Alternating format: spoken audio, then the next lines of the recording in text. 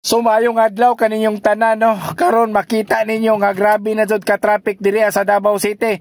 Pero wala tay mahimo kay para sa improvement man ni sa syudad. Makita ninyo nga grabe jud ka taas ang traffic. Tungod aning ginahimo nga flyover ba diri sa may Maa Diversion Road. So hinahinay ra jud ang pagkatrabaho ani.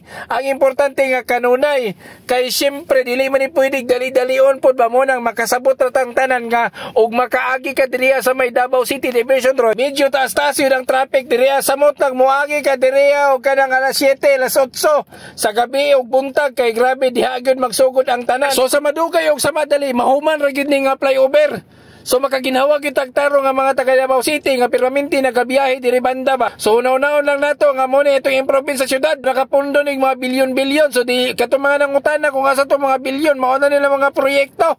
Ay no pangutana kay mo ni improvement diri sa city. Unang sa pagkakaron grabe ang ka-traffic yun diri banda. Pero wala tay mahimo kay ra na magidang kapalaran nato ha. So sa ganahan nga nagaagi diri oh, magunahon na mudaan nga tas-tas gyud ang traffic diri sa may Diversion Road. Mas gwapo dito na lang sa moagi banda sa may Coastal Road ba. Tuyok na lang mo halimbawa mulabay lang mo diri sa Davao City o ya diretso lang mo tagom dito lang mo tuyok lang mo dito sa may Coastal Road.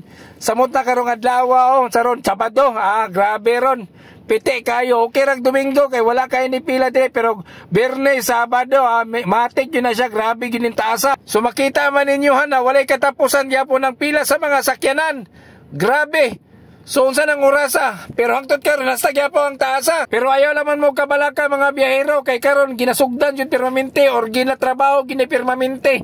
Way undang ang pagtrabaho aning flyover kay para mahuman lang yun ni mga higala, mga igsoon. Matik lagi magngisi lagi ta sunahuna tungod sa kanindot o kaligon ani nga flyover. Grabe ang kaligon ani mas ligon pa ni sa mga relasyon. Dili yun ni basta-basta mabulag maskin pag unsa ka kusog nga linog kay tungod gipaligon ni pagayo para mahundang na ni mga traffic para dili na ni maghuot ni mga sakyanan diri kita ka na mga sakyanan haskang taas kita ka na mga pundasyon kana mga pundasyon na nakita anam-anam na siya para nga mupaligo kay syempre ang kailangan man gyud sa inani na mga flyover samot nakagihanan ni kanang mga 10-wheeler truck mga bugat na kayo ba so kailangan ligon gyud mismo ang pundasyon ani kay dili man pwede pataka-taka lang para mahuman lang para nalay makitang proyekto dili man so kailangan gyud ang musabot kailangan yun na itong makita kung giun sa pagpulido ni pagtrabaho